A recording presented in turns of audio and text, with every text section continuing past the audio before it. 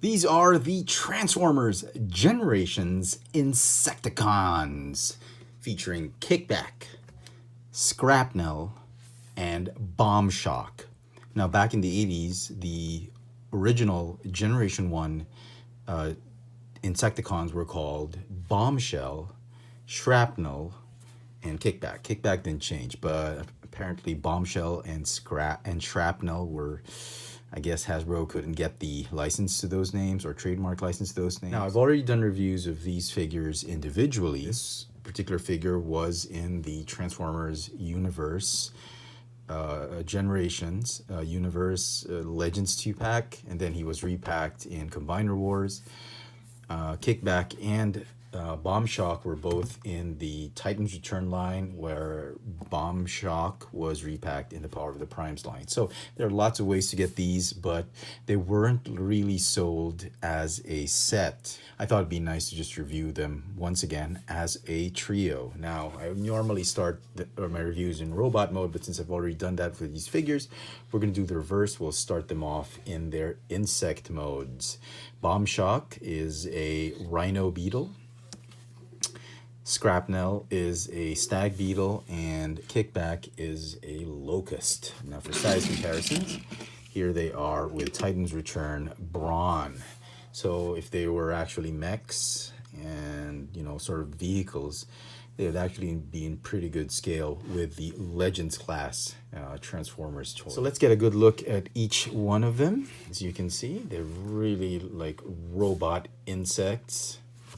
Really liking the designs. Insecticons were one of my favorite teams or trios in the whole Generation 1 era back in the 80s. I like them a lot better than the Reflector triplets, or the Autobot clones or whatever, but I don't know, for some reason I love the Insecticons, and it was a very big frustration on my part not to be able to get the G1 toys. I did have them eventually. I purchased them a couple of years ago, but then I decided to sell them off. So let's start with Scrapnel or Shrapnel. This is Stag Beetle, no articulation. The pincers can just open and close. They're actually blasters.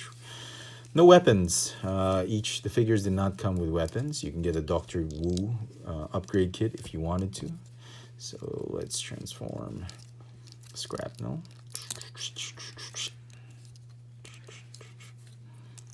Fold the armor like that to the side. Fold it off to the side like that. Feet up like that. Okay. Chest down like that, like that, arms like this, arms like that, and then these will just stay at the back like that. And there is Shrapnel or Scrapnel in robot mode. I always thought Shrapnel or Scrapnel was the leader of the team. For some reason, he was always barking out the orders to Kickback and Bombshell. So yeah, looking pretty good. Okay, let's see him there. Next, Bomb Shock. Bombshell was always my favorite out of all the Insecticons. I don't know why. I don't know. Maybe the robot mode in G1 looked really nice, or I just love the Rhino Beetle for some reason. But he was my favorite.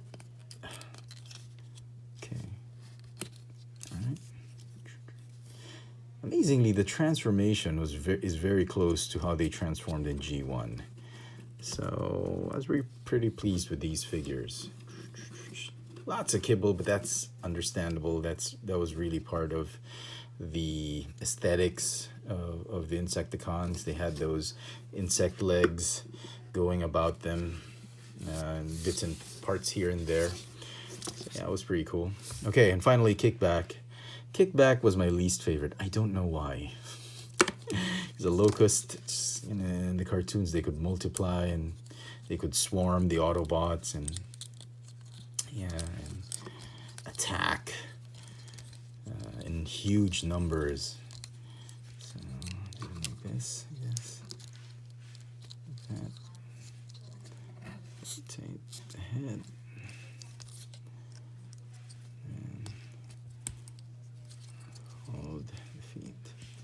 this. That. Okay. These one here. Tab.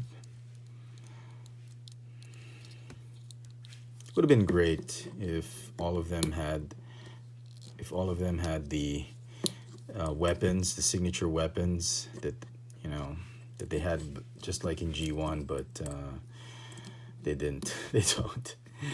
That's fine. And here is Kickback. Very cool. The colors are great. I love the Decepticon purple with black. They really kind of capture that G1 feel and aesthetics to them, like how they appeared in the cartoon. That's what I really liked about these Generations toys. And for a while I didn't really want to get the G1 toys because I already had these, because they were a great substitute if you never had those G1 Insecticon toys back in the day. And for size comparisons, here they are with a typical deluxe class figure from Titan's Return. We have Perceptor.